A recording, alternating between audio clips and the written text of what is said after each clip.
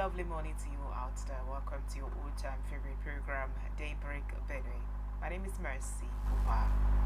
I'm Steven Abba. Welcome to the show. Good morning, Stephen. Good morning, Mercy. The week is still young, and we still have a whole lot of things to talk about. Here in Benue, our first stop is the issue of flooding. Yes, we have the government doing everything possible to ensure that it brings some level of succor to victims of those affected by the flood. We have several homes in most parts of Makudi, not just Makudi, even local governments, because recently, or as of yesterday, I heard that in Aliedi, they witnessed so much flooding and people's homes fell apart. It was quite a sight to see. And so, yes, they're equally calling on government intervention there in Aliedi, and hopefully, I wouldn't want to say hopefully other parts of Benue, because I would rather have a stream where they don't experience this flooding. But then it is upon us, and we have to deal with the situation, because it looks like it may even get worse next month, because this is just, July.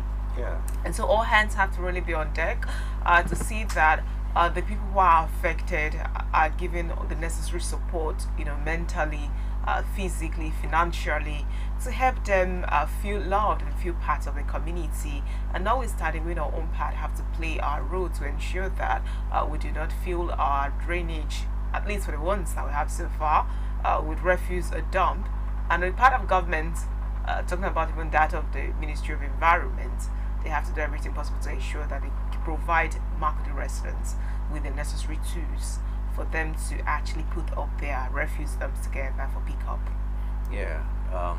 When we talk about flooding, I am surprised that you're just raising the issue of a lady now, because I was hoping that let this just stop maybe within Makudi metropolis, because Makudi is actually Makudi is straddling the river, so Makudi is the one holding the river, but most of these other places are on the far banks of River Benue. So I was really hoping that other communities will not be affected.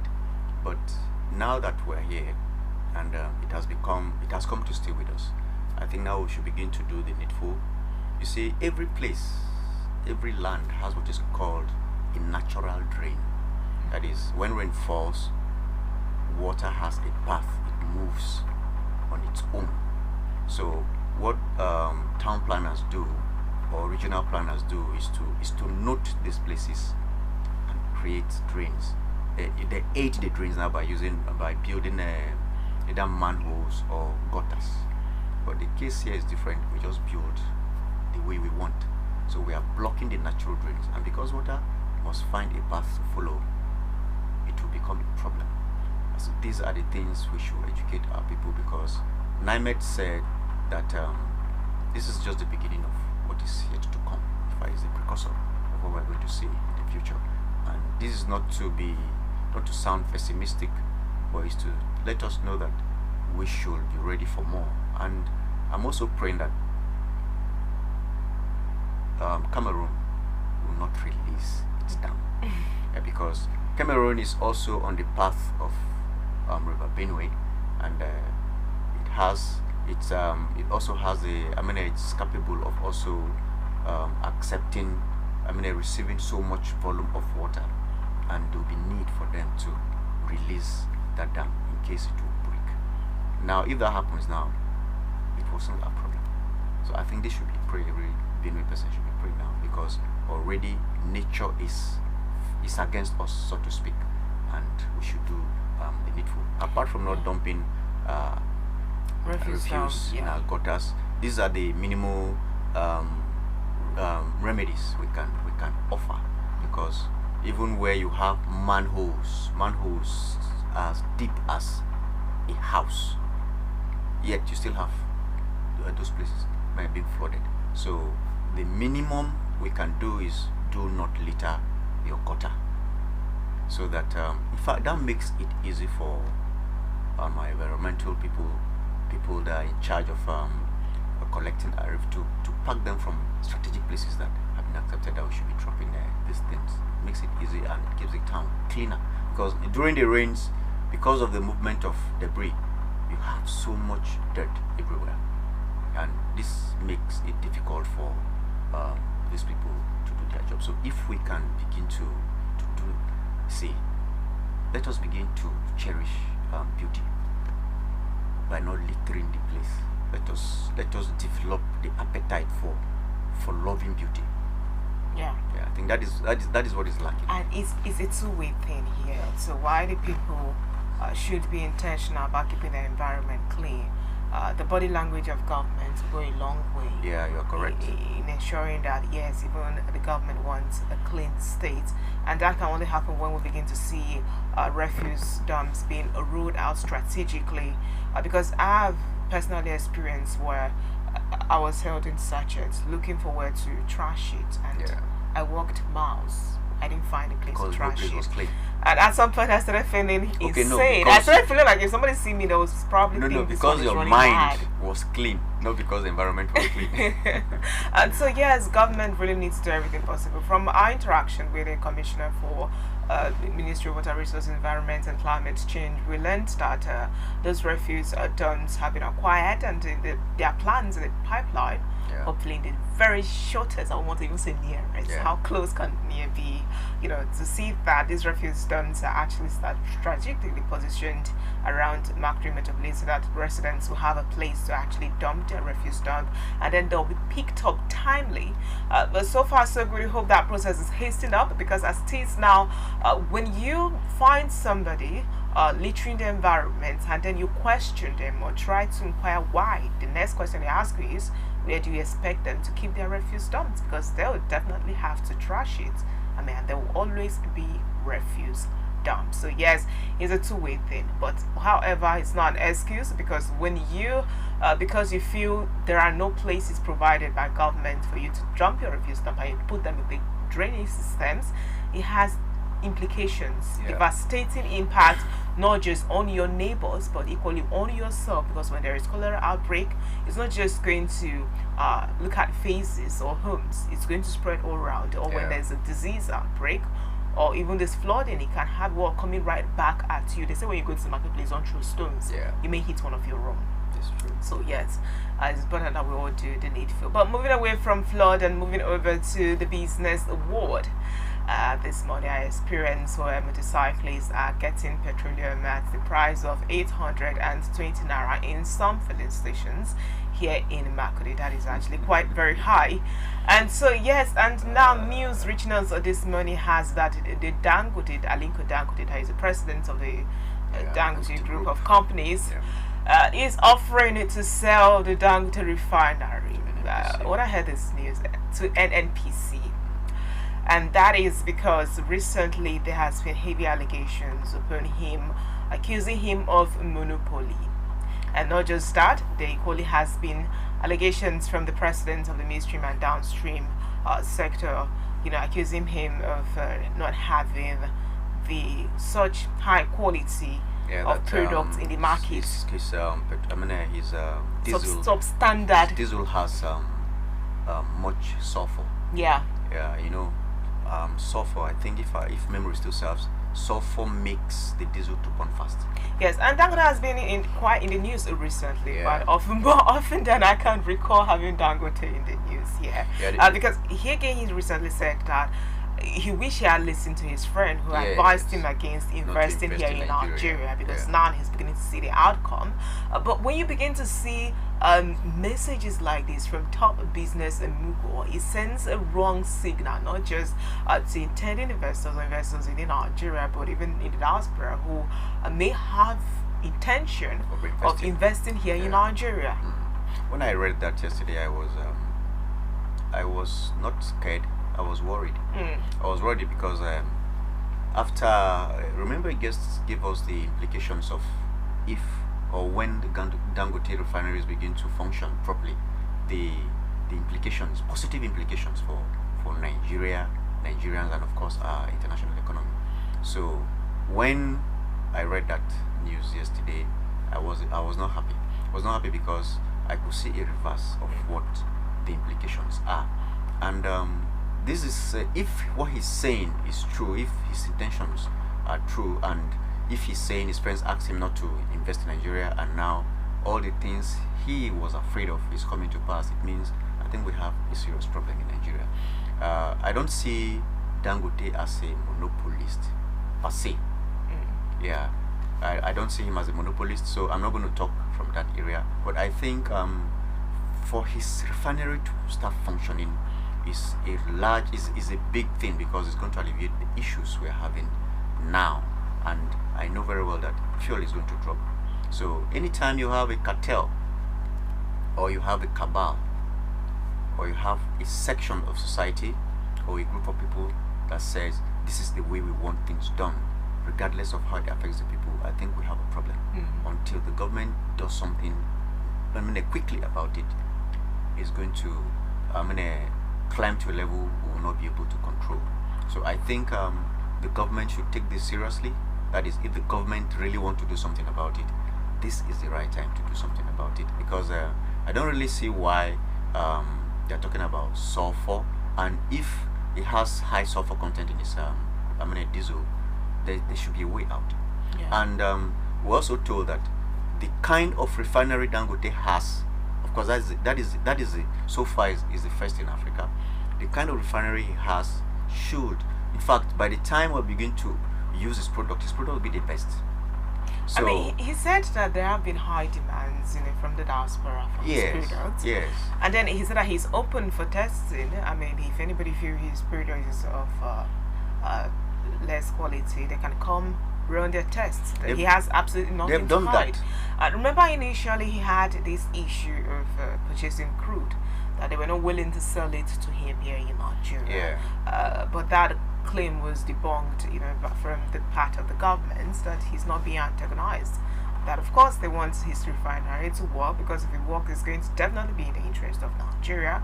And now here we have it. Funny enough, we are expecting his product to actually roll out, that is PMS, in the market in August. July is rolling out already, and before you know, we're going to have August upon us, and we're expecting that his product to roll out in the market massively. Not that it may necessarily bring down drastically the prices of PMS, but at least they'll be available, and who knows, some level of competition may bring it down a little bit, but it will at least be available, and it will avoid the issue or the fear of hoarding petroleum, which is actually very, very dangerous and risky. But in the meantime, we hope that all of these things resolved in the business world. And selling into NNPC is definitely, for some analysts, not the way to go. Remember, NNPC has been unable to actually get its own refinery working for a very, very long time, despite so much investment on the part of the Nigerian government to get government refineries, running, but it has failed. And government is not that good with running business, and we'll be calling on private sectors to come in. So it's very important that the necessary support is given to them. And I think if there's any institution that should be probed in this country, it's NNPC, because there have been allegations that so much money has been spent there and nothing is coming out.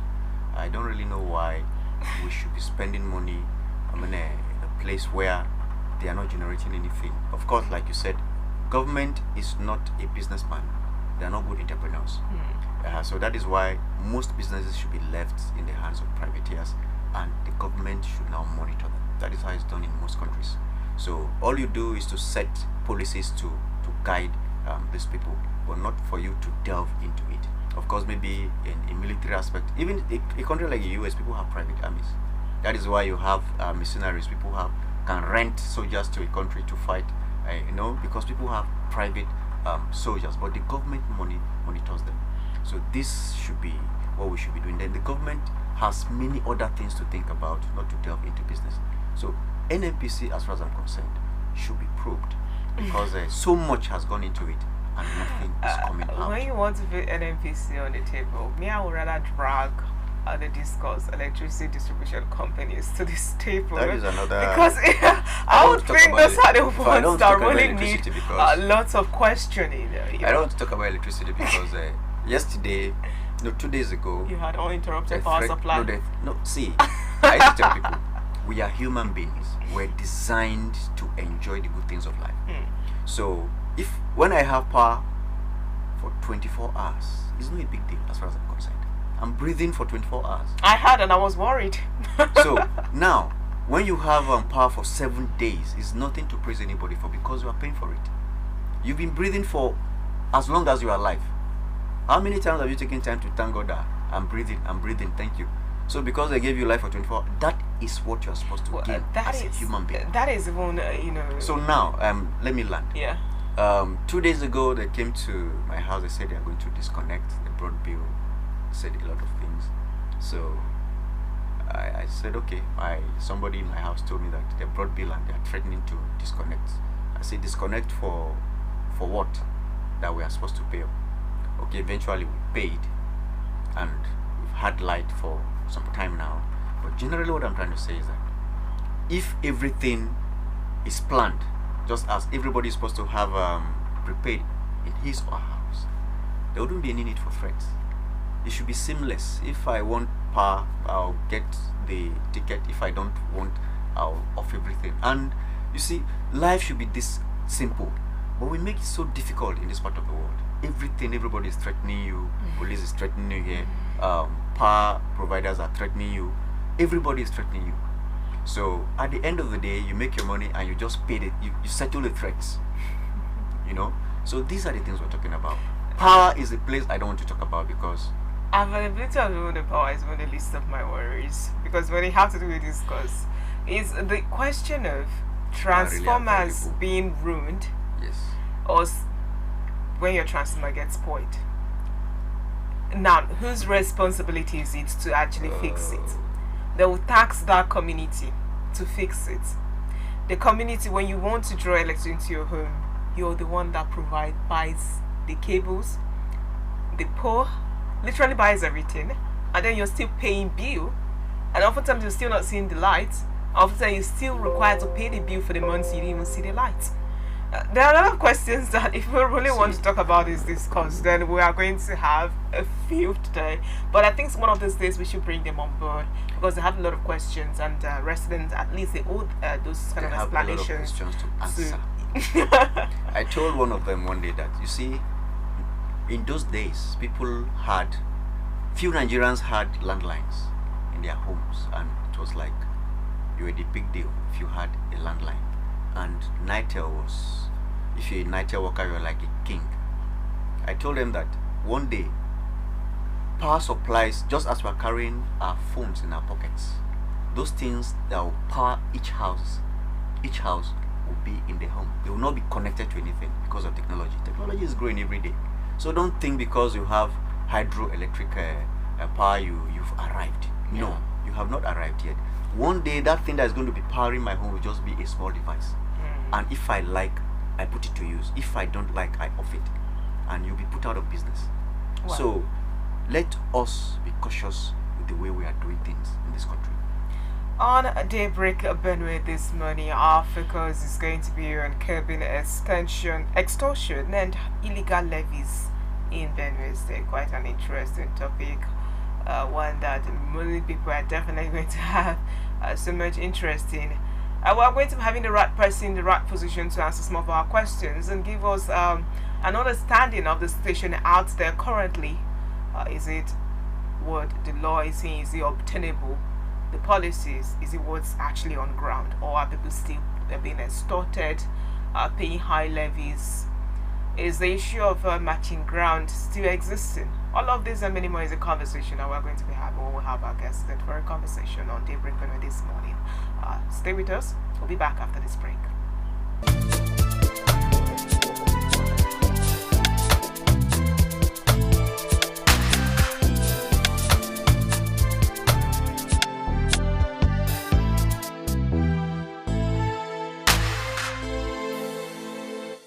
The team led by the Commissioner for Water Resources, Odo Ugu, in company of the Executive Secretary, Benue State Emergency Management Agency, SEMA, James Yopu, Commissioner for Humanitarian and Disaster Management, Aondu Asikunde, and Principal Special Assistant to Governor on Delivery Team, Dene Aonduna, went round Makudi town to see and interact with flood victims. The areas visited include Wadata, Achusa, Wurukun, Giado Villa, and Mechanic Village.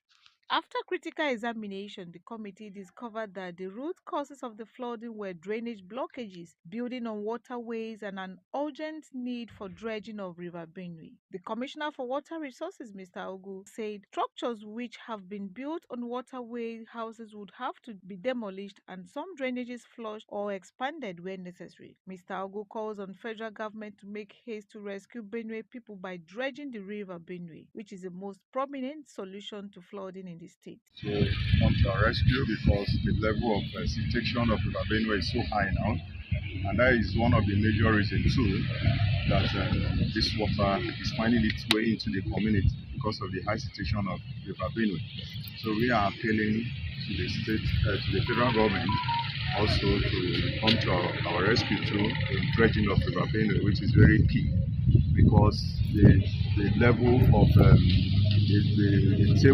level of the water now is so shallow, and we need dredging as quickly as possible. Executive Secretary SEMA, Mr. Yopu, assures that attention will be given to those places identified as needing urgent and critical attention. We are here together with Minister of Water Resources, other MDS to assess the situation. Already we have identified those places that major places that we are going to have immediate intervention. And we are going to take that those people affected for us to rescue. In fact, the federal government is also interested in the present situation. NEMA has been calling on us to give them the data of those who are affected. We have prepared the data today. It's just a couple. Right before Monday, we are going to forward assessment to the federal government to assist us, not just the federal.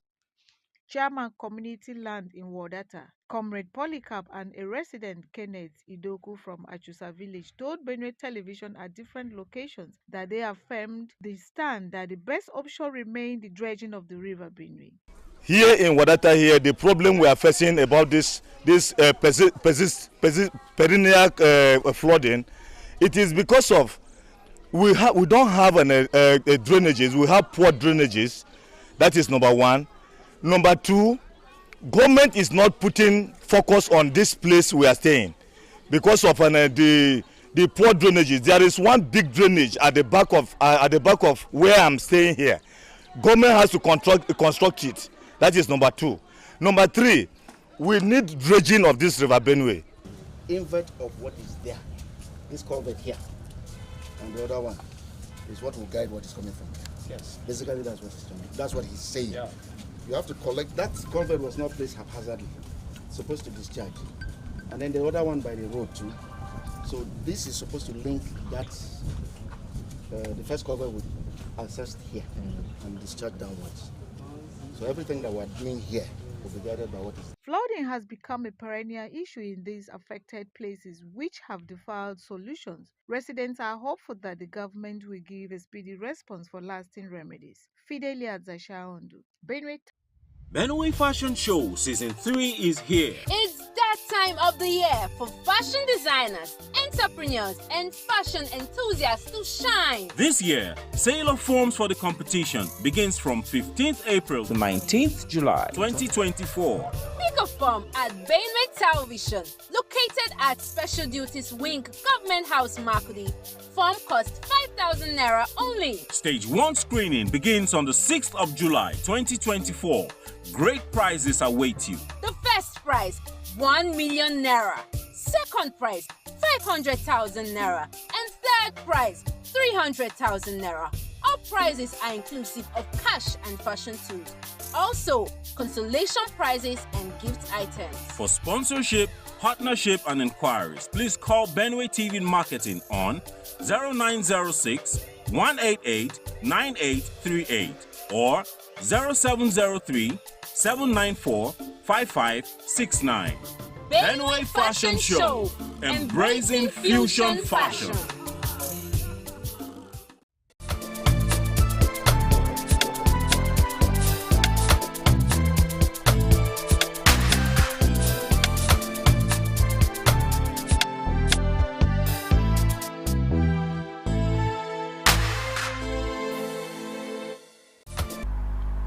Welcome back from that break. You're still watching Daybreak Benue. We're expecting the arrival of our guests who will be here shortly for us to hold a conversation on these illegal high levies and extortions that seems to be making rounds in Benue State, the food basket of the nation. In the meantime, we're going to I wanted to talk about other issues, but then the last correspondent that we had there, on assessments of the flood in Makurdi Metropolis, had somebody say the government, and I cannot help but laugh, because oftentimes what we hear is the government this, the government that, the government did not do this. But how about we? I mean, again, who is the government? Yeah. We are all government at the end of the day, right? We are all stakeholders. Citizens, I believe that when I was younger, I thought the government was one giant that is carrying all the strength around. The government, as far as I was concerned, then has or had a face, a physical face, but we are the government. Citizens feel everything should be the government. When you talk about government as a citizen, you are talking about like a child that feels parents should do everything for them. Now we should begin to feel responsible in our own way. There must be something you can do to help the government. So these are the questions we should be asking ourselves anytime we wake up. What can I do today to help Benue State? What can I do today to help Nigeria? And of course, maybe Africa. We should be looking towards our own responsibility. If you don't build these responsibilities and public positions or position is given to you, how do you want to start? There must be a place you should be leading yourself. That is why I kept talking about people must be self-led in everything they do. And if you are self-led, you will definitely lead people. So a situation where you are waiting for government all the time, by the time you are given a leadership position, you will most likely fail because you have not learned to lead yourself. So this idea of government, I think we should quit talking about that and see what we can do for ourselves as an individual, as a family, as a community, and all that. People should now begin to talk about, okay, now we have a bad road. What is the cheapest way of road construction? I know if you want to use the tar and all that, it's very expensive. Okay, let us do interlocking stones, or what is called cobblestones. They are cheap, even though they're expensive, but they are cheaper and they are easier to lay. It's a good way of construction. If you go to some part of Iko in Lagos, for example, you still have interlocking stones that the white people did in the during the colonial period. They are still there. So we should begin to think like that. And I'm telling you, you create these things is for yourself. That is the thing I kept telling people. It's for yourself. You are the first partaker. You be the first person to enjoy whatever that you are doing. So quit talking about government because one, the government, let's say Tinubu and his cabinet, Abuja is the government. Tinubu doesn't know anything that is happening in my village, but he has somebody that should tell him this is what is happening in my village. If that person is not talking, Tinubu will never know. So the onus lies on your people now, on the people now, to begin to put pressure on this person to talk to Tinubu so that it will trickle down. Hence, you have your House of Assembly members, you have a House of Reps, you have your senators, and the rest of them. So, but generally, as a people, let us learn how to take care of our environment, regardless of whether there's a government or not. Yeah, it's actually very, very important because if you look at now from the recommendations from that the tax committee, technical 2024 flood technical committee there that comprised of different ministries, from that of the works, from that of humanitarian, to that of water resources, and then even SEMA on board and others. You discover the recommendation is that they are going to demolish some homes as a way of cushioning the effects of this flooding or preventing more flooding there. You know what they say about prevention being better than cure? Oftentimes people bypass the law. They don't go through right process to even incur land.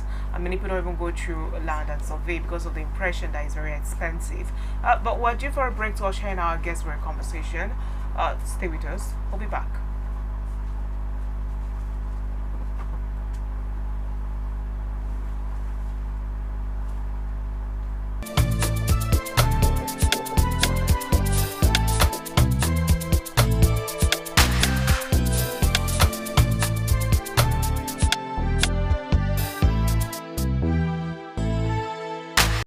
Benue Fashion Show Season 3 is here. It's that time of the year for fashion designers, entrepreneurs, and fashion enthusiasts to shine. This year, sale of forms for the competition begins from 15th April to 19th July 2024. Pick a form at Benue Television, located at Special Duties Wing, Government House, Makudi.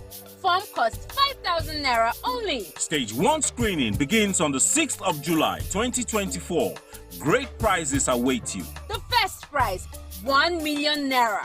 Second prize, 500,000 naira. And third prize, 300,000 naira. All prizes are inclusive of cash and fashion tools.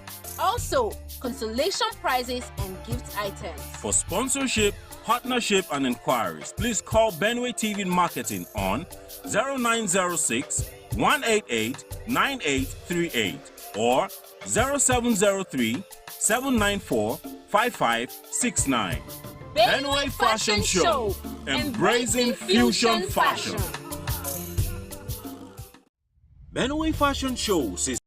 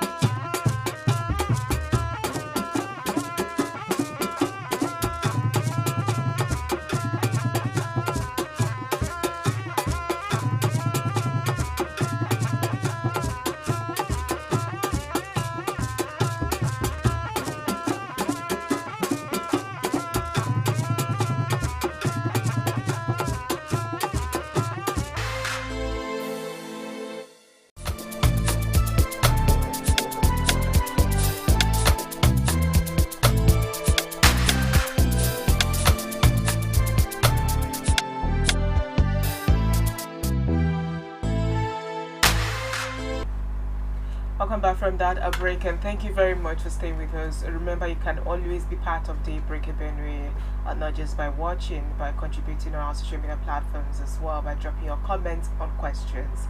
And today on our focus is going to be on curbing extortion and illegal levies in Benue State. And joining us for a conversation, it's no other but Senior Special Assistant to the Governor on Youth Organization and Illegal Levies, Honorable David Linda. You're most welcome to Daybreak Benue. Thank you, Messi. Thank you. Good morning. How are the youth faring under this regime so far?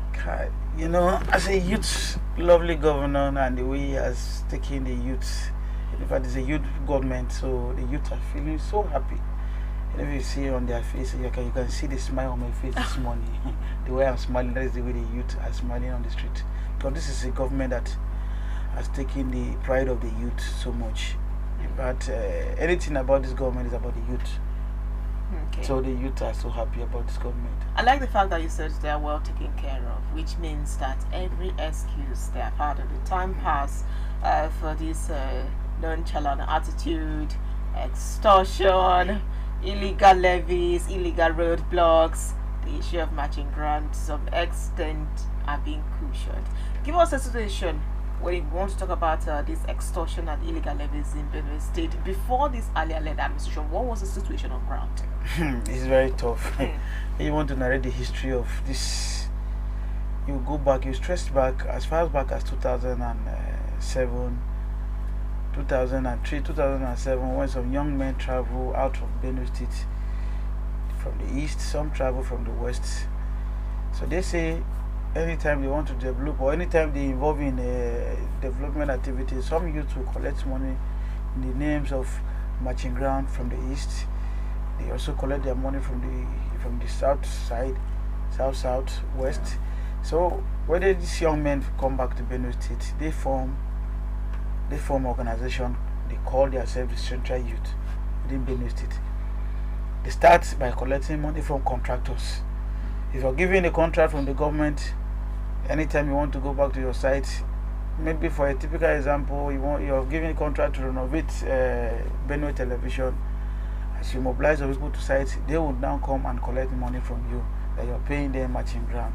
They started this from contractors. They now gradually shift from contractor to non-indigene. From non-indigene, they now move into indigene themselves. To a level, you as a thief man, you'll be developing your property in Benue State, and they will collect huge amount of money from you. They categorize this money. If you want to build a company, they will collect from 10 million naira and above. When you want to develop a fuel station, story building, fuel station is 5 million naira, story building is 2.5 million naira, and flat, 3-bedroom flat, 4-bedroom flat, they will collect 1 million naira, and a shop, just to develop your shop, they will collect 500,000 naira. Up to POS, if you want to nail and POS, they will collect 50 to 100,000 naira. If you want to renovate your house, that was the most painful part of it. Take it, you want to renovate your house, the house that you have lived inside for over 10 years, 20 years, and maybe you have 1 or 2 issues that you want to put the house to standard, they will still come back and collect money from you. So this was what Benue State people was facing, up to a level. If you go to the rural areas where the government will allocate boreholes for people, for community, you take this borehole, maybe sometimes somebody, you feel you're in the town, so let me go and put a borehole for my people. They are suffering from getting water from the villages. You want to go and put a borehole, they will still go and collect money from you, an indigene and a villager from that community. A typical example, look at what happened in Naka Road there, where we're facing it here now. These people, the contractor wanted to develop from Naka up to Adoka. When he started from this place, from Makudi to Naka, the money they demanded from him was too much. And the man told him that he has been paid for this job in Abuja. His job here is just to come here and develop this place. But if people refuse, I will now move away from this place. Because I was not given any money to come and give anybody at the site or at the community or whatever level you who are demanding money here. He now shifts his base to Adoka and some seed there. And they accepted him. They give him 100% assurance and backing for him to come and develop it and to come and construct that road. If you watch that road being constructed from Adoka up to Naka, and from Makudi to Naka, the road has been abandoned and the contractor parks can leave the site. So these are the things, these are the other development issues that this matching ground has caused. Holland leave Benue State and is situated at the border of Benue and Nasarawa. If you go now, Holland is in Lokubi. Where Holland was here, Holland employed to 1,000 to 2,000 staff from Benue State. Holland has left Nasarawa, Benue now is in Nasarawa, developing that place now. I think one of the biggest agricultural company in Nigeria. And if you see what these people extort from Holland was too much. Coca-Cola leave Benue State, is now in Lafia. You can mention many of these companies. Look at this, the typical Igbo man who would come and drop his kaya from the modern market or whatever market around Benue here. Now shift his base from Makudi to Nasarawa. On what grounds did some of these youths hold on to actually extort these monies from people? Because it beats my imagination to see that I'm trying to develop my property and some you just come and say I should give them money, and I would naturally just give it to them for on what grounds? They have to renovate your house. That is the most painful part of it. Yes, because they have the backing of the government of the day. those government at that time, these people have the government of the backing of the government. That is why this office was created in this year, March 12th. That was when Father Leah created this office, and he say, young man, you go into this office and fix Benue State. Make sure this extortion is no more longer there. He didn't even stop at that level. A bill was taken to the State Assembly as executive bill, and the bill was passed by the Benue House of Assembly, and the bill has been assigned by the governor as the bill now into Benue State. Now you can't come here and do that. Okay. And it's actually a law now. Yeah, it's a law now. It's a law in the state. So the government of the day, the government of that time, back them up. Okay. Because they have the backing of the government. By the time you take them to police stations, you still government appointees will be calling that this person is our person. Oh, this person is our youth leader here. Oh, this person is our community youth leader. Oh, this person is doing politics with us. Oh. So sometimes to a level they collect this money from police. Now the question is, the monies you've mentioned here, they are huge. Like somebody paying 10 million naira Yes. to build a company. Yes. They collect 5 million naira to build a filling station. Yes. These monies, they are huge.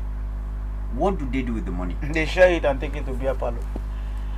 And their girlfriends takes part of the money too. Some of them in a little way you can see them to say, through this money I have built kiosks here. Some of them will say I have built something like this. You don't even touch something that you can even mention about it. So these are the things they were using. Mostly they take it to beer parlor and ravish the money there. And maybe sometimes they will share among themselves, and this was even increasing all these forms of courtesans and other forms, because they use this money to, some persons will now feel this thing is attractive, but let me also be part of this thing. So there was a kind of increasing criminality was going on in the state. Okay, in trying to give us a picture of the current situation, of the situation on ground as of then, Yes. when it has to do with this extortion and illegal levies, you delved into giving us a little bit of the implications, of some of these extortions, which is certain companies moving out of Benue State, like you cited the Holland. Yes. But what other implications did these extortion and illegal levies really have? Does it even have to do with even again the price of goods and services out in the market? Does it have to do with even increase in criminality? Make us understand really the implication of this extortion. A lot of implication, Messi. This thing, the extortion caused a lot of this. Extortion does not even just stop at that level there. We have illegal checking point where people will extort people money from me too. So that was even major cause of the highest cost of these goods. If take example, a typical woman who moved from railway market here to go and get orange from Konchisha, it's very cheap to get orange at those areas. Now, moving from the village where this woman has getting this orange, moving from that village to on the roadside. From that village, you will see every village. You see a roadblock, 200, 300 naira. Every village you pass, you drop 5,200. So by the time this woman will calculate the money she spent from that place to railway, she will now add on to the orange. And if a man who is bringing his kaya from Unewi or Aba or whatever, he will pass by the time he reach Obolafo. From Obolafo to Makudi, a lot of illegal checking points you meet on the road. So this Igbo man now will start calculating from those checking points. He pays money from that place to here. Then he will now double the money on the goods. So the extortion, in fact, increased a lot of. He has given bad names to Benue State, and he has increased communities in Benue State. Just like you want to get a cloth from Lafia, a t-shirt from Lafia, they'll be selling you at the rate of 2,000 naira. If you come to Benue State, you buy it at the rate of 5,000 naira. Why so? The same Igbo man selling that t-shirt in Nasarawa, the same Igbo man selling it and all of them get the t-shirt in one place. So these people increase their product based on what they have paid around Benue State before coming in of the administration of Fadalia. But now you can see the illegal checking point is no more longer there like that, because we have dismantled a lot of the illegal checking point on the road. And at the market, I think those people can testify themselves. At the market level, we have bring it minimum to a level. You cannot just go into market and now go and collect money underward. Unlike before, you go to market, you leader of this will be collecting this money, matching ground. You leader of this will be collecting this one. If you have 5 you leaders, all of them will send their boys to market to go and collect money. In the name of what? Go to Uruko market, you see this one will be collecting from here, this one will be collecting from here, this one will be collecting from here. But now you can't see them again. Because we have arrested them, we have some of them here at the prison yard resting. Okay. Yes. You said resting. Yes. Okay. Let's talk again on why we have a good number of youths. The reasons why we have good number of youths in their productive age choosing to be so redundant, choosing to rather go seeking free food. I'll call it free food, extorting where you reaping where you do not sow, extortion and all these illegal levies. How did we get ourselves to that point where we have so much youth in their prime time that are supposed to be thinking out of the box rather in that situation or that group or that space? Mercy, I will tell you, sometimes it is a government that that it makes people feel like that or make people engage in these activities. By the time you have backing of the government for you to go there and stay and nothing will happen to you. When 3-4 persons are doing it and are benefiting from it, other persons still can join up. So like I tell you, if you are doing a good thing, people will not emulate from that. People will not people will not join you. But when you're doing a bad thing, you make everybody join up. Just like I tell you, that central youth that was formed at that time, the central youth expand from Makudi across 23 local government to a level they choose people from various council wards, they choose people from various local governments to be part of the central youth. So our youth feel lazy instead of them to go and farm, because we have the most fertile land in Benue State in Nigeria. I think if you go into agriculture, you make it more even going to this extortion. But the government, since the government encourage in that aspect, everybody join this group for him to get money. Instead of him to go and spend 1 year in the farm, at the end of the year I will harvest and now say to go and do 1 or 2 things that I may like to do. Let me go and join these people so that we're part of it, and every week, every month, every day you get something. So our youth feel so lazy instead of doing things. But now you can see, look at the way people are going into agriculture, look at the way people are going to farm. Even if you look on the Facebook, you see people posting themselves in their farm. Every youth, I don't know whether it is a kind of competition. You see every youth, people I at least expect I will see them in the farm. I will see them posting in their various farm, cassava, yam, maize, guinea corn and the rest. As I'm speaking to you, every Friday, Saturday, I normally go to my farm to supervise and do 1 or 2 things there. And also encourage people who are working in my farm. Okay. So you see, it is a government that make people feel, because Fadalia has encouraged people in agriculture so much. Because giving out, as I'm speaking to you right now, today, if you go to our various local government, free fertilizer, because I'm a beneficiary of it in Makori local government. This is my village, this is my town, this is my village here. So yesterday, the local government chairman called us that this is it. 1 truck of fertilizer has been given to them in Makori local government, not for sale, free. So that you encourage people by doing this. You encourage the youth. So anytime you see Fadalia in any of the occasion, you say no more marching ground. He has been saying it, no more marching ground in Benue State, and also has make it be so everybody is afraid of it. Okay, that is why you see people going into agriculture. That is why you don't see lazy youth in unlike before. If you go to occasion, you see our youth struggling to get money from our political class from the vehicles. You see, obviously Namkwa, and they'll be dragging, give us something, insulting the political class, insulting even other elders who are in that occasion. I don't know whether you have visited any of the government occasion nowadays. You can't see that there. Okay, now what were the strategies we're using to, because anytime you talk about your office is more or less like a task force. Yes. So what are the strategies you use to what did you do that curbed this menace? Thank you so much. Thank you so much. Mainly this this was something I was doing before I was given the job. All right. Yes. I was a youth leader of Magudu Gumagui East Go West Minda 01. Before immediately they swear in the governor. The first statement he made at Abibi Square he said no more marching ground in Benue State. So this is something some of us wanted to do before. Yeah. But we don't have the backing. So but immediately when the governor pronounced that, the next day we stop into action.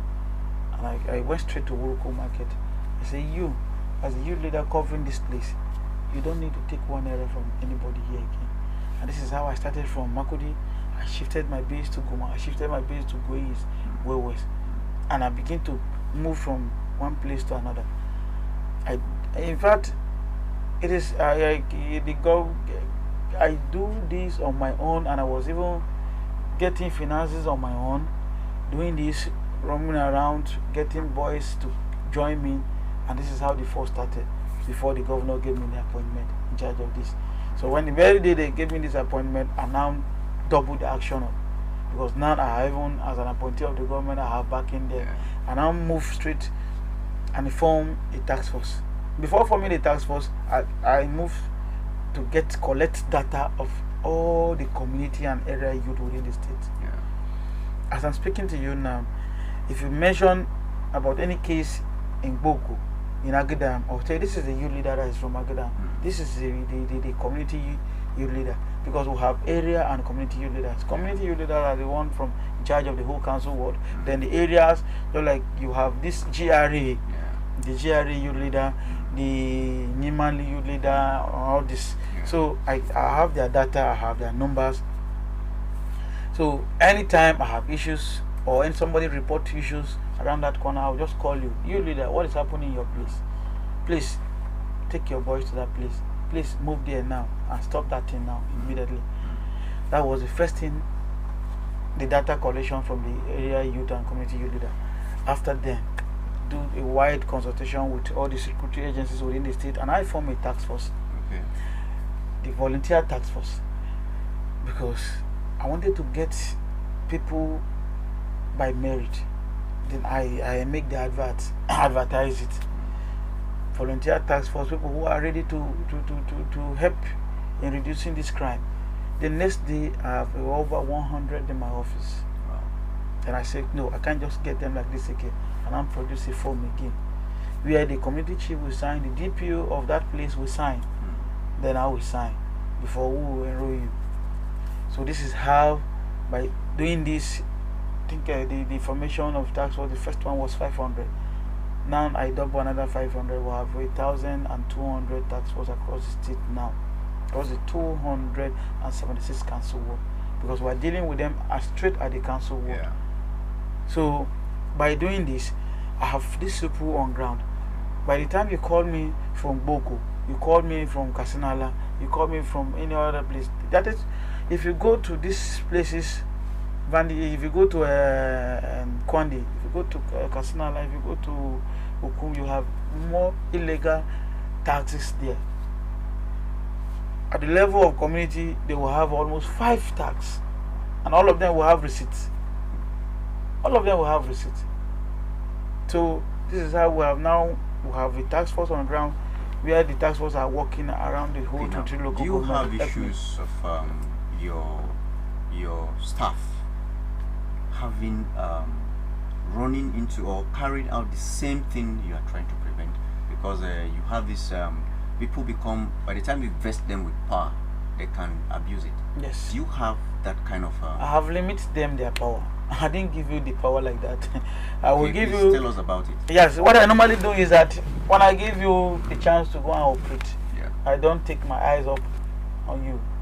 If I send you for a particular job, if you're my staff, I send you for a particular job, I watch every day, and I go out to find out what you're doing. If I give you an appointment letter, I state clear there that anything find wanting, appointment will be terminated that very day. So I watch up my staff. I don't leave them loose. And since I was given this job up to now, I have not been going to any station to go and defend any of my staff because they know the kind of person I am. Okay.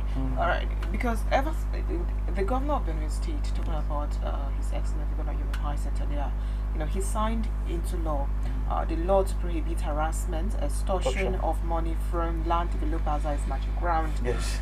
Violent and fraudulent conduct in relation to landed properties and for purposes connected therewith. But we all know the issue with Nigeria isn't just about law.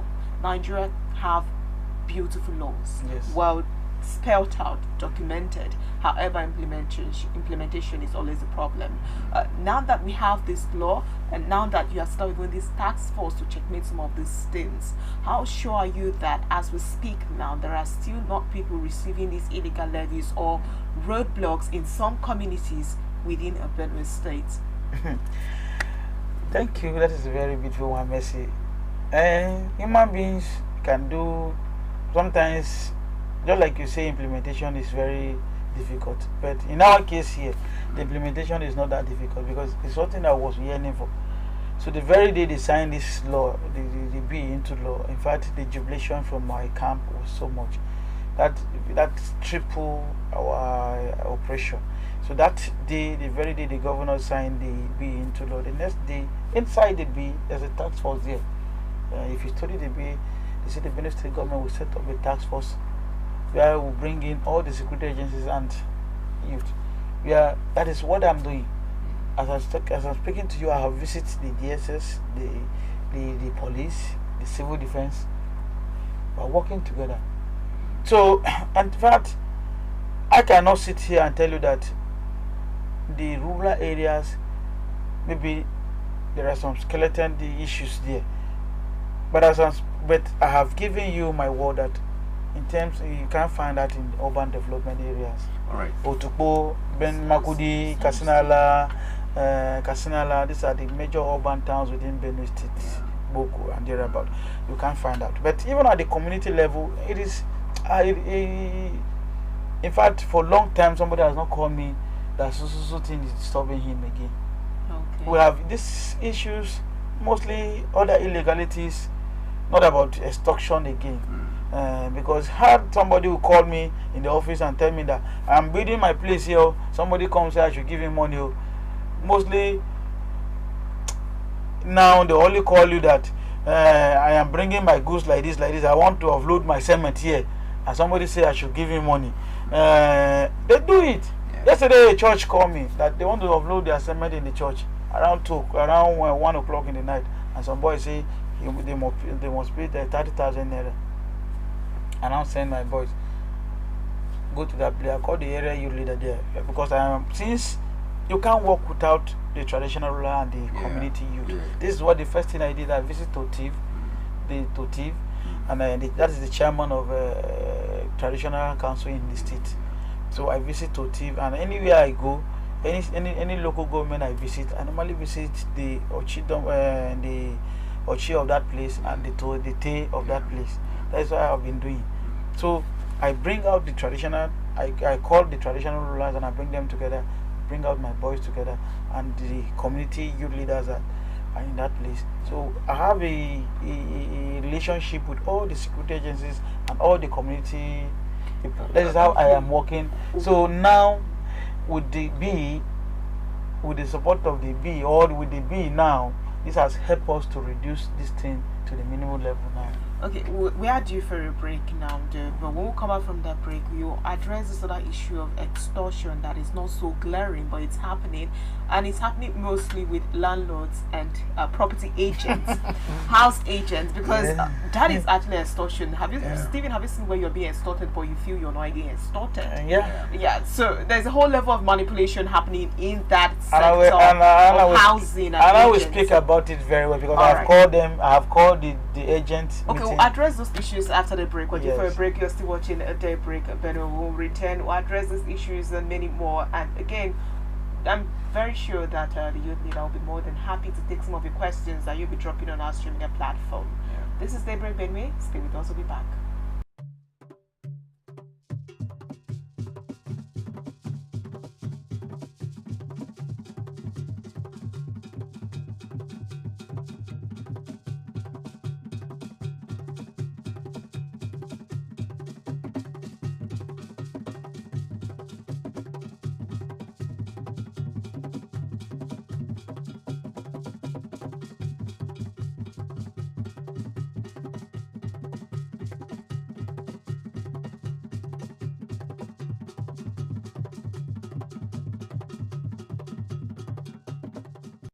Benue Fashion Show Season 3 is here. It's that time of the year for fashion designers, entrepreneurs, and fashion enthusiasts to shine. This year, sale of forms for the competition begins from 15th April to 19th July 2024. Pick a form at Benue Television, located at Special Duties Wing, Government House, Makudi.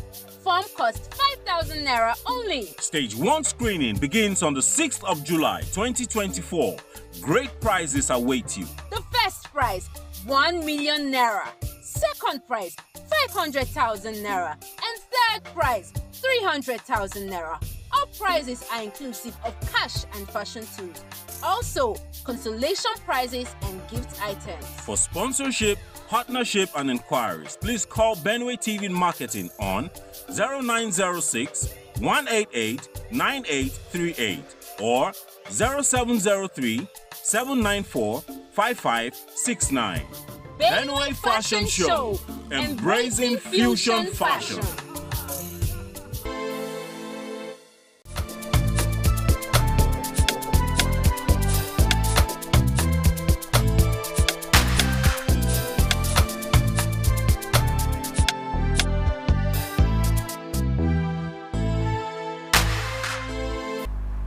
Welcome back from that break. You're still watching Daybreak Benue. We still have us today with us the SS8, the Governor on Youth Organization and Illegal Levies, Honorable David Benue in the studio, talking to us on curbing extortion and illegal levies in Benue State. Just before that break, we posed a question about this other level of extortion happening in the housing sector concerning landlords and agents.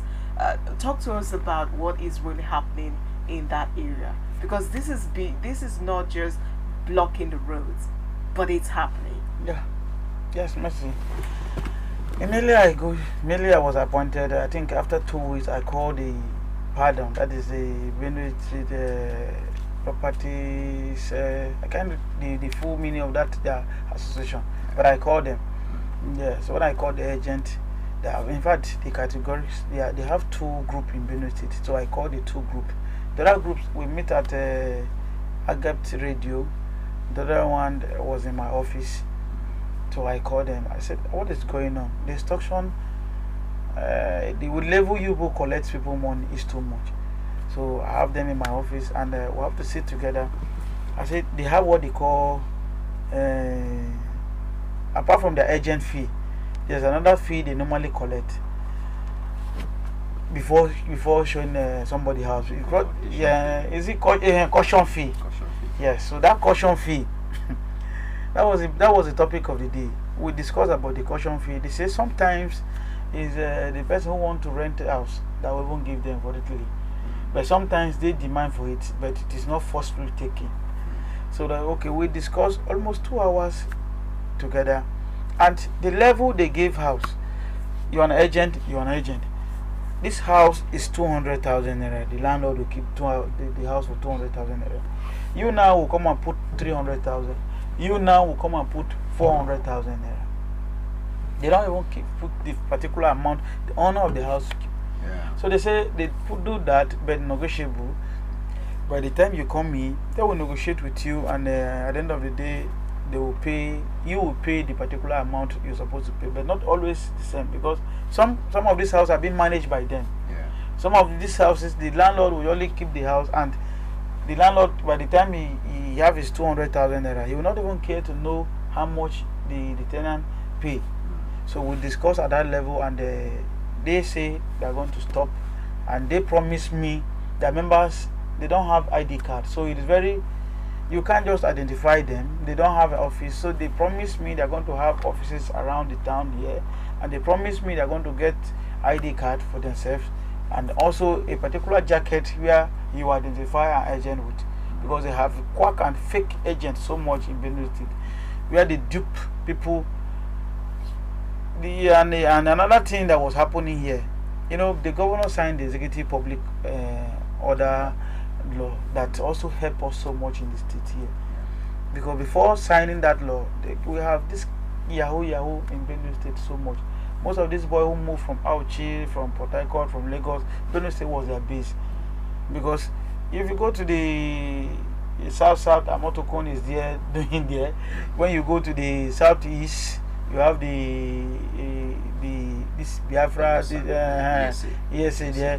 Yes, when you go to the other part of it, the south there, you have the kidnapping, whatever it is. Go to the north, you have Boko Haram. So when you come to the middle belt, it is free. You don't have, apart from this bandit, but not. It is mostly in the rural areas. So these boys migrate themselves, and Benue State was a kind of because we don't know these things here, so they pack themselves to be here. There are some buildings. By the time we start checking these people out of Benue State, I'll give you a typical example, like 4 to 5 buildings where these boys will pay a complete flat and they'll just be using only one room. So the increase of rent, you put a house for 200,000 naira, they will come and pay 500,000 naira. So they also contribute in jacking up this the rent of high from Benue State. And this agent, forget about the common person who is a civil servant who is managing from 70,000 to 100,000 naira a month, who can also afford a rent of maybe 200 or 150 You're for a even flat. being generous with your 200. Right now we're talking rent 1 million, 1.5 million, 700,000 naira here in Makodi. So I am telling you, the country people who make it like that before, because these people are ready to pay a whole story building for 3 million naira, and they'll just have 1 or 2 rooms inside for them to make themselves comfortable, where nobody will come and harass them, where they will be doing their business. But mainly this public order act was signed, mainly we chased them out of Benue. You can see the rate this small bike they was using around the town clubs has reduced. So the landlord too tactically has now begin to game themselves, where now if you go to get a house at 1 bedroom at high level, they were talking about 100,000 naira. But I think my driver just got one last week for 50,000 naira. Wow. So you see, this thing has gradually reduced because of these people who are here was doing this, using this for business, are no more longer there like that. Okay, now let me ask this question quickly. What you said before you were appointed, Yes. you were like wired to do what you're doing. Yes. What were your motivations? Why were you doing these things? Yeah, thank you so much. I don't like crime. I don't like illegality. I don't like taking something forceful. I'm from the background of NKST. I've had a teacher from Sunday school. So my background, where I come from, is no more of. I grow from the street, but I hate injustice. So we started this fight. I and Miadura, the late Miadura, in 2015, we started this fight with the then governor, but we didn't achieve it because we don't have the backing of the government. So Miadura gone, and I moved forward, but I have nothing. I have nothing to do, and I have nobody to back me up about the fight. But mainly when the government of the day come, and I don't want to be proud about this B of a thing, because I was part of the B, because I also initiated the idea of bringing this B. Because I mentioned it to His Excellency directly, and His Excellency, the Executive, the lovely Governor of Benue State, move into action about it immediately, and today we have that B. So my contribution started before I was given this office, and the way the governor motivates by saying no more marching ground, that thing boosts a lot of us, the morale we're having in us. So we now move into action immediately, since we don't like this. And I told you, just like I told you, this is my village. Makodi since is my village, and this extortion is happening mostly in Makodi local government. So there is an idea to when you increase man, you start increase, you first burn your house before you go outside. So I wanted to burn my house before I go outside to start doing the other aspect of the crease. So I started here very well, and in fact, as the honorary youth leader, but I achieved a lot from it. So that was my motivation. All right. Before now, the economy of Benue State was dwindling, or went to maybe a very, very minimal level because of the companies where they were leaving the state and the rest of it. Now that you assume office, Can you tell us about probably what impact the people must have felt, especially in the place of economy? The NGO, I'll start by saying we have 84 NGOs now in town of Makurdi. Since you came in? Since this administration, not just me alone, the administration of Fadalia. All right. With all of this NGO left Benue State, because these people don't. These are people. These are donors who don't like. By the time they channel something and they want the thing to go directly, so somebody is coming in to help you.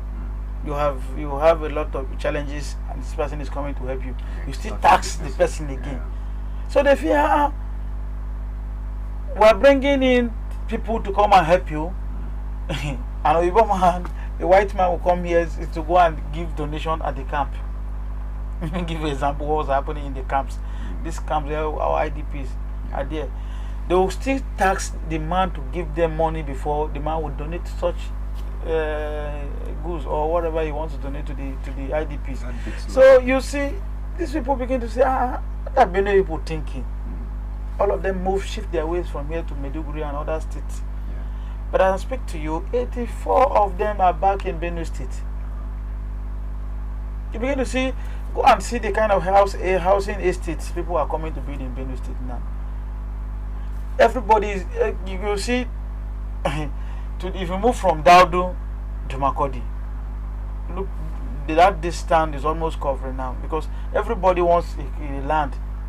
Go to the rural areas from here to Adaka, you can't get any wide land of 100 by 100 by, you have 100 by 100 in one place up to 15 again. Everybody wants to come back and develop in Benue State. So any moment from now, you will see a lot of agricultural companies will come back. You see a lot of other companies or people who want to come and develop in Benue State. They have indicated interest so much. Even in my office, I normally have calls. So people are coming, so people are coming, and another huge one. Look at what is happening. This from Makurdi to Naidma.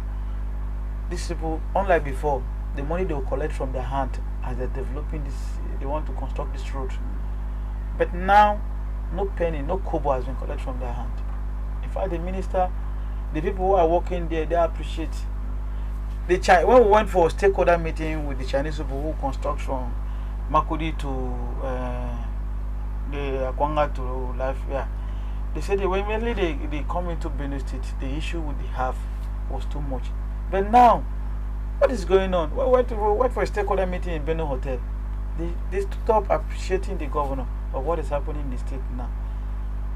So they are the one bringing their people to come back here, come to Benue State, Now we have a cancer center where the governor donated 2 billion naira 2 days back at BSU here, at teaching hospital. Like before that project, these people will go there and collect money from there. That place, nobody will go there. So the contractor will feel happy and also call another person. If you are giving job in Benue State, please come home. Every ministry now, if you go there, developing one or two things, and nobody's collecting anything. The man in assembly, the man who is constructing, who is renovating assembly, he called me. During the past administration, he has 1 or 3, 4 contracts. Anytime he's doing this, he normally arrange for money to keep for boys. So. And here, nobody is coming. Nobody come. And he's almost finishing the job. And I should come with my people so that he will appreciate them. One day, he gave us 20,000 naira for appreciation. And I'm happy taking that 20,000 naira for appreciation more than collecting willingly. If I was in my office, they ought to call me. So this is what is happening in Benue State now. Yeah. Contractors are coming back to lobby for job in Benue State. Companies are coming back to look for land. Speaking of contractors, I'm hoping that the one at the Makurdi will resume work. There'll be some appeasement and he will resume. The governor. Plots have actually come from markets, like even particularly Modi markets. Yes, that is 2 days back. I was there myself. Yes. You can even see me on the screen. I was there myself 3 days back, where I move out with my tax force. They are still on the gate. Yes, and even travelers now, the people who move goods from rural communities to market to some extent have applauded the fact that they are no longer being stopped by most of these illegal checkpoints. Yeah.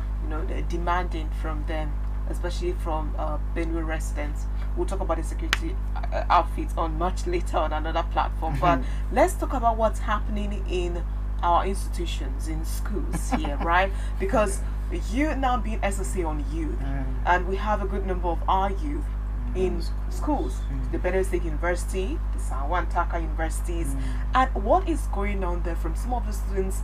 They are crying out. They can't even explain these levies that are being imposed upon them, and they don't even know if they should outrightly call it extortion. But I don't know if you have looked into it, because aside school fees, departmental dues, NUBES dues, CTS or tribal dues, which you must pay before registering GST, that's General Studies, or EPS, Entrepreneurship Studies, and they usually come with deadlines, right?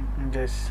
And they are faced with mandatory and unexplainable 3,000 naira dues, which is named school registration, 2,000 for school, as well as faculty dues of 1,000 naira, gate pass to submitting projects and project topic. Regardless, it's endless, right? So you pay school fees, you think you're done, because some of the students now, they pay for a complete session, just so they'll have that rest. But there is no rest, because there's always one thing or the other to pay for. And I don't know if you have looked into their plight. Well, I have a principal special assistant to the governor on youth and student matter, Jacob Neka, who is my friend. In fact, and I have a coordinator. In fact, he's supposed to take his appointment later by maybe tomorrow or next tomorrow. A coordinator on illegal levies of schools and students, Anacha, David Anacha. So he has been disturbing and has been calling. This is what they are facing. Just these things you mentioned here. In fact, he has even put it in written to my office, as he petitioned most of these schools to me before I find him worthy of giving him that job.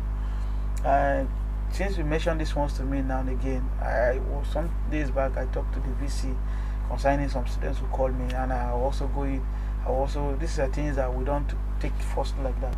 We negotiate and we draw to the round table. These are things that are going on.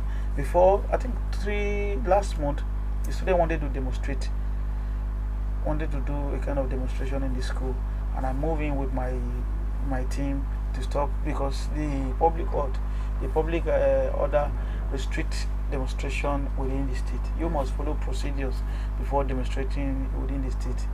So without following those orders, you will get yourself arrested and you'll be charged. So I went there straight to talk to some of them, and I stopped them not to do that. So these are the issues they was complaining about. So I went to the VC lodge and I talked to the VC, and they say they should check most of these things. They should open their portal and check most of, because anything you pay within the school, they normally put it on their this portal, and as you call the bosser to check and get back to me. So since you have now bring back the point here, I'll still have meeting with him. Let me get the document from the bursary department. Let me see what they are paying. We don't stop at that level. We'll still make it well known to the youth, and we'll still make it to the general public to know that these are the legitimate things you need to pay. These ones they are not relevant, or these ones before now you was paying it, but for now you cannot pay it again. So we will put, me and the VC will put heads together to negotiate, not just only BSU, other institutions too, but kind of also, since I have a coordinator in charge of that, I'll make sure he visits these institutions and get issues about those places, so that we can solve them. What are you doing about parks? Motor parks, the extortion at motor parks. It's also only one of my flyer. All right. Yes, because the extortion at motor parks, you don't look at it, or you don't take it that it's extortion, but it's extortion. Yeah. Because this Nyan is taking 5,000 naira to Abuja. Then you have Benue Links taking maybe 4,000 naira to Abuja. Then you have another one taking 7,000. You have another one taking this one. Yeah. I have called the union. We have the union of this private motor parks. Yes, I have called them for a meeting. They told me they are going to harmonize these things, but they were telling me that Benue Links is a government, and them they are not government, so the way they pay their staffs, and Benue Lanes is government that pay their staffs and the rest. But I say if Benue Lanes is doing that, we should take it from them, because this is a business too. Because everybody would like to go to Benue Lanes and travel through the vehicles of Benue Lanes. So you need to, when somebody, Mr. A, is bringing his goods down, why are you not bringing your own? Your goods will be there. To a level, they start bringing out their vehicles to park on the road to drag passenger. I give them 2 days. I say, if I see your car on the road, I will arrest the car, I'll pick the car, and you pay fine. Because nobody give it. It is against the law. You don't have the right to go and park on the road to load. Yes. So that extortion, that level too, we are looking at it. If you go to Banada, where they are selling fertilizer now, if you go there, you'll see my boys in their uniform there, just to help to checkmate, because the governor, he has subsidized the chemical there, the agrochemical there, and the fertilizer. At the back in the market, they are selling it 30-something thousand. The governor subsidizes, and they're selling it 17,500. So there are some persons who come there now, will buy at that level of 17,500 naira inside the banana, and they will go out and put it in the front of the banana. They'll be selling it 20,000, 25,000 naira. Others will be buying. So immediately the report got to me, I have to send in my staff. Now it is because the governor insisted that this thing should be sold to farmers directly. This thing should be sold to cooperatives, to farmers who form cooperatives. So they should go and assess these things so that they can go back to agri. So if you go there, that's what we are doing now. We are checkmating the activities there to make sure that nobody come there to extort, or nobody, even the staffs there, they don't extort the people there. So what we are doing now is that we don't keep any other sector. Every sectors we know that involve extort. Yes, talked. I'm glad, because let's talk about electricity distribution companies. Before we move to electricity, I asked about parks. Yes. There is this extortion that still goes on, illegal extortion that goes on in the park. Is when they are loading your good, loading your bag. Yes. Those people loading your, after you must have paid for the seat. Yes. They still collect money from you for loading your bag or whatever you brought. I think that extortion is something that is almost messy. It looks as if they are not extorting you. That was what we had in the meeting. Me and the private park system. Okay. They told me that these vehicles, in fact, it's against of them even loading bags in their vehicle.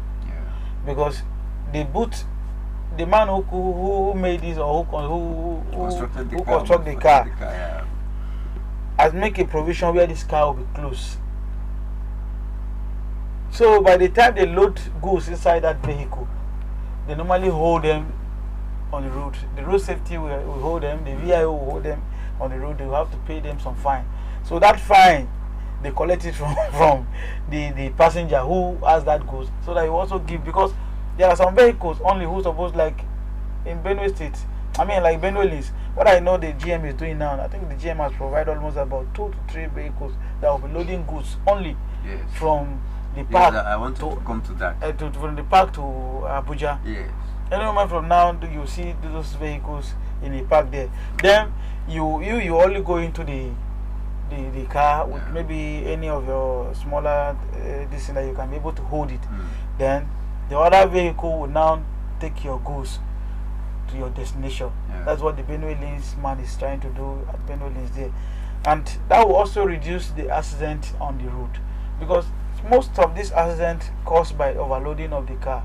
Most of this accident cause you now taking bag of yam, bam, bag of akpu, bam, gari inside the boot. So by the time the car hit one gallop, bam, the next thing you now start tumbling, and the next thing you see, we have a lot of casual people who lost their life. So that's what the man is doing at Benue Lanes. Yeah. So we think maybe we are hoping any moment from now that will also reduce. So if you're paying for goods, if you're bringing your goods and you're paying for goods, that is, you're paying for another vehicle who now take your goods to your destination.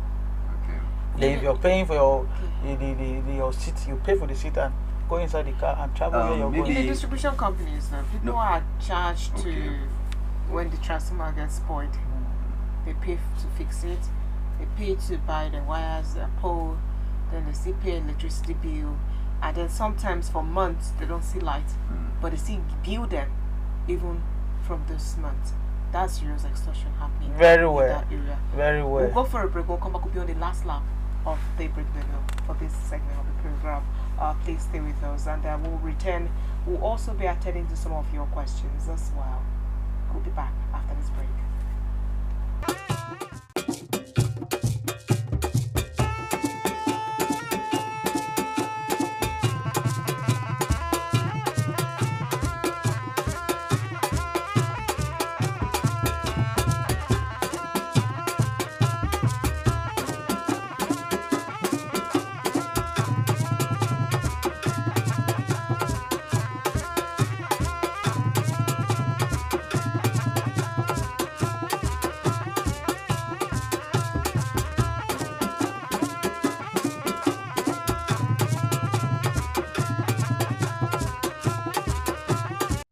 Benue Fashion Show Season 3 is here. It's that time of the year for fashion designers, entrepreneurs, and fashion enthusiasts to shine. This year, sale of forms for the competition begins from 15th April to 28th of July 2024. Pick a form at Benue Television, located at Special Duties Wing, Government House, Makudi. Form cost 3,000 naira only. Stage 1 screening begins on the 28th of July 2024. Great prizes await you. The first prize, 1 million naira. Second prize, 500,000 naira. And third prize, 300,000 naira. All prizes are inclusive of cash and fashion tools. Also, consolation prizes and gift items. For sponsorship, partnership, and inquiries, please call Benue TV Marketing on 0906 188 9838 or 0703 794 5569. Benue Fashion Show, embracing fusion fashion.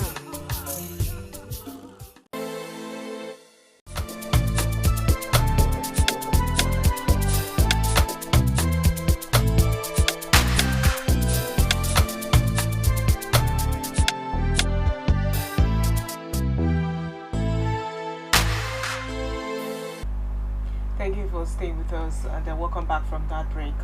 Curbing extortion and illegal levies in Benue State is a conversation that we have been having here with Honorable David Binda, who happens to be the SSA on the youth organization and illegal levies here in Benue State under the earlier-led administration. And he's attempted some of most of our questions and then giving us a picture of the situation on the ground and even the plans, the pipeline to curb these extortions here in Benue State. So let's talk briefly about this electric distribution company, because there's serious extortions happening there. Before we move on to talk about how people, in case they find themselves still being extorted, especially in rural communities, how they can reach out, to you or your office to see that this thing is being curtailed. The last one you hit now is the one that is the one affecting me indirectly. The ED of a jet, he keep on promising me that very soon these things will be over, very soon this one will be over. Community upon community calling every day. If you go by the agreement, the terms and agreement they have with Nigeria government before giving them this, they promise one, they are going to give NEPA. They're going to give meters to householders. If in the agreement there, if you study the agreement, they will be the one to buy pole and fix light, and take light to all the communities within the state and the federation, or the state of coverage where they are called, because like jet, in almost all the companies have just 4 states covering. So our people will buy transformer, just like you mentioned. They will buy transformer, they will buy the wires, and they will buy everything. The very month they buy, the grace these people will give them is just 1 month. If it lasts too much, it will be 2 months grace. You have buy your transformer, you have buy your everything. If it spoils, you will fix it. And they will still come back to collect the bill. Yes. They will not even give you time, and by the time you explain, or maybe you engage them, they will disconnect you from these things. So all who has been talking to the person who is in charge of the manager who is in charge here. He keep on promising that very soon this will be over. They're bringing their headquarters at Jos. They're bringing them meters where they will distribute meters. Sometimes you see they'll be announcing it on the radio that if you don't have the NEPA didn't give you meter, you should not pay and do all those ones. Recently, the one that happened recently that at least putting a very good smile, the demonstration where the labor union demonstrate. So the agreement, you don't supposed to cut people's light like that. So you can see that one they have reduced gradually. They have reduced in cutting people's light like that, because in most cases they will just go and just cut your light. They don't even know what happened like this. But that one now has reduced, because he has told me, and I've seen from people from the society, people have told me that they have reduced in that one. But we still have a lot of petitions against them. We still have a petition against them complaining of these issues you're talking about. So it's a kind of a negotiation. We're negotiating. There are some places you don't take with force. These are organized bodies that you only negotiate with them to tell them what is going on. Only if they don't comply with you at a certain level, you expose to the society so that the society know what is going on. You have tried your best. You have made sure these people should comply, but they are refusing. So the society now rise. So we are still negotiating and talking to them in a way that, in a manner that they will understand the plight of Benue people. But they told me the last week I called him.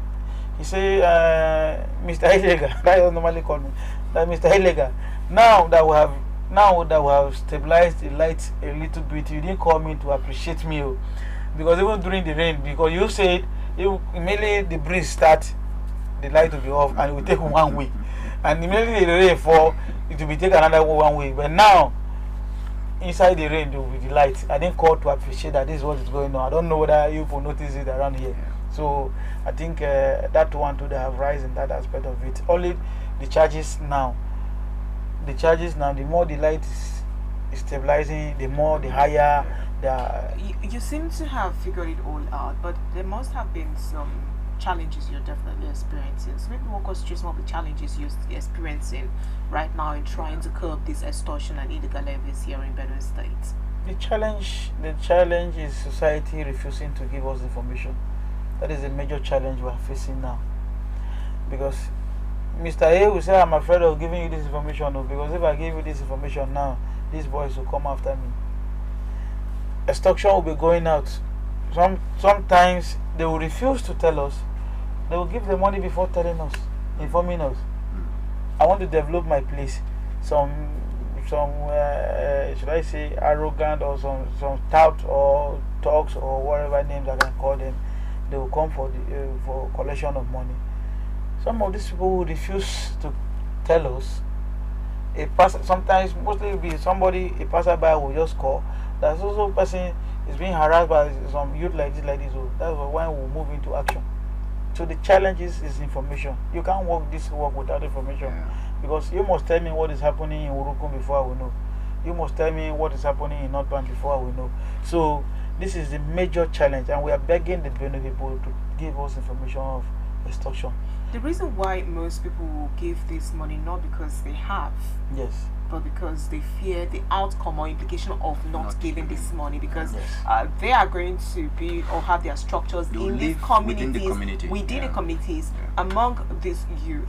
So sometimes it can be because if they don't, they may come and break your house, break your fence, or be stealing from you, be causing so much havoc, or even sometimes even your life may be at risk.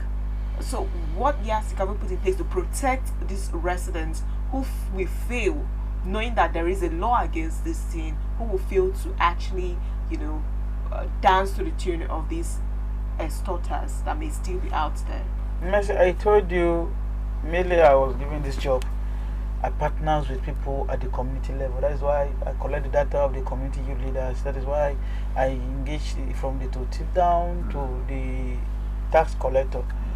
So that the boys, these boys are living in that community. The chief who is there, first of all, if I'm going to do an operation like that, I will normally call the chief. I am coming there. I call the youth leader, come to that site. most times, most of these boys are not even from that community. Let me give you an example. People move from high level here before. People will move from high level here to go and collect matching ground in Achusa. Remember the so-called central youth leader office, head office was at high level. So these people will move from high level here to go to North Bank and collect matching ground. They will call themselves state youth leader. State central youth. You know, before they have that kind of, they divide themselves to council ward youth leader, community youth leader, local government youth leader. I mean local government youth. They, when they go now, maybe there are 5 in numbers. So this one will say, me, I am from the state youth. Me, this one will say I'm from local government youth. This one will say I'm from the council ward youth. This one will say I'm from the chief youth. This one will say I'm from the area youth leader. So these 5 now, they will divide up mostly. Sometimes it's true. These people from outside, so the community leader will give them signal or call them, so they will move away from those places and will come from one side. Yeah. So what we are doing now is that when we are going there, we'll call the community leader and the chief there. Immediately we'll reach at the side. It will be community. It will be, we'll only see the area youth leader there and the youth around the place. Then we'll now sensitize them. This is what is going on now. Okay. Please avoid arrive. We don't want to arrest you. So please leave this side and don't come back to the side again. The breaking of that house happened in North Bank. One Mr. Idoko living us from Kogi State, who want to develop, who want to fence his place at North Bank, around Federal Housing Estate. The boys went there, and I saw the video. I was mad. The man started digging his fence. They covered it. He started digging again. In fact, they was there dragging with the man. You, Oluke from Kogi, you cannot come and tell us what we do here. This one happened 3 months back. Then somebody video it and send it to my WhatsApp, because there was no way the person will engage them there. So he just by the side videoing them what they were doing. Then he now sent to my WhatsApp. Then I chat him. He gave me the direction. Then I move. I move with my boys with I think 3 vehicles. We arrested 5 of them. So I'm run. We followed them up. I was unable to get, but we cut 5 of them. So the 5 of them, my job is just to arrest and hand over to the police. So it is. There are sometimes I investigate and get the true, because people give sometimes it's fake information. So I get the information so that by the time I go to the station, because I'm the one taking them there, so I normally present the case, the kind of instruction they involve in, before the police now will take over from there. So I took them to Anticourt and reaching up there, they spent 2 days there. So they have, if you who is coming to take them out, you must sign undertaking. So that is another way of how you being protected in your place. It must be the chief from that community with the area youth leader from that community and stakeholders from that community. They will be the one to come and pay you. So as they're coming, they will sign undertaking.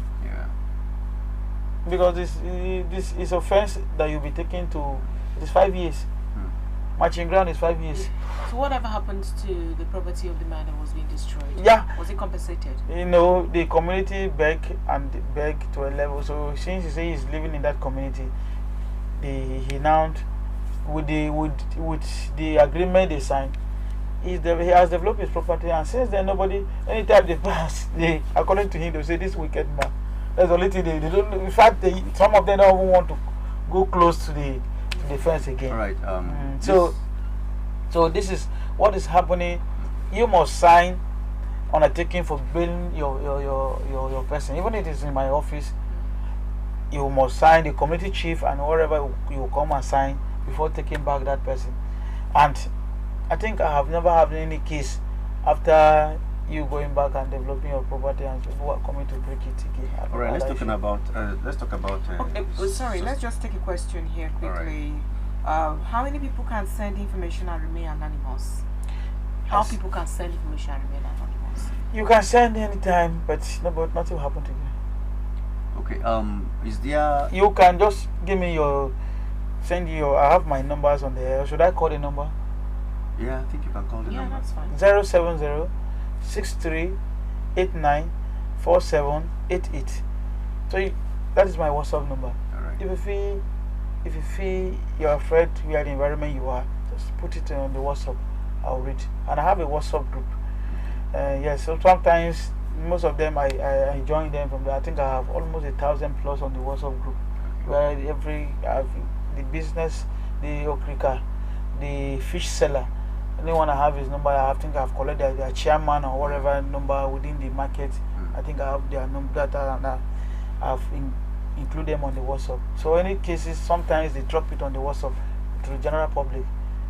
Surprisingly, Excellency too is on the WhatsApp group. So most of them, even he see them himself. So I think they will have Agapt Radio is on the WhatsApp group. We have all the radio stations. So I think Benue Television after here now I can also link most of them. Okay, Mrs. Lanshuma. Ms. Lanshuma is also on the WhatsApp group from the Benue Television. So now let's talk about sustainability plans. You won't be there forever. Bearing in mind that we have just 3 minutes. All right, yeah. So this is like you're wrapping up now. Yes. You're not going to be there forever, but this bill has come to stay. Yes. But we also know that, just like we agreed earlier, it is not just about making laws. Yes. It's about implementing the laws. What are your sustainability plans? What do you think you'll put in place so that even when you are not there, it is still going to be how you left it or better? Just like you mentioned, what you said, the task force in that bill, the task force in that bill will be any government who come will not take out the task force. So the next government who is coming, or if I leave the office today, another person who is coming in there today can still use it. You have the volunteer tax, you have the volunteer guardian. Thomas leave as his administration leave. The next advisor here is Johar. He's also using them because since they have value to the state, they'll be there. So the task force I am forming is for the states, not for my personal use. So after I leave the office, another person who is coming in can also take over from that place, and they will continue to fight the crime. And that office, the way I am making it, I am using all whatever I can use to make sure that office it is attractable to any young man. That is what I am doing in place. By the time you make a office attractable, another person will, in fact, the next administration, people will be eager to be in that place. That is what I am doing. There are places, these places was not born juicy in the state here. These places was not created juicy in this place. Ministries was not created like that. People who made it. The BIPC, this young man who is there now, look at the way it's a kind of renovation and a creative. People are happy and people want to be in that place too. There was the BIRS who collect revenue.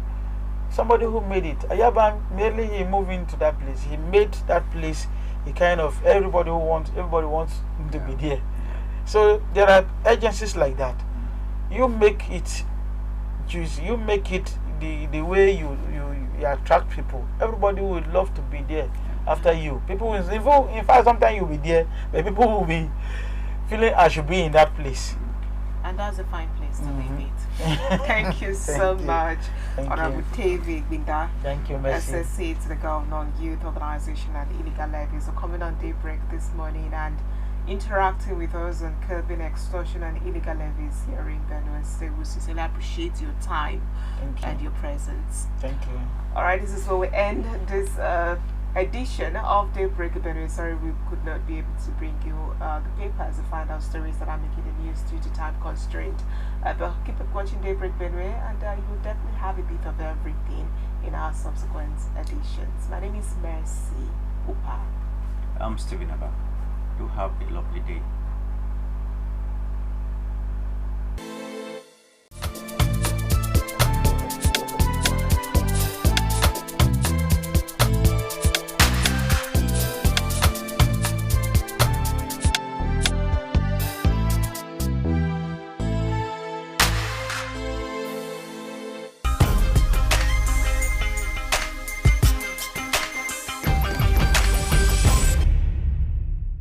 Thank you.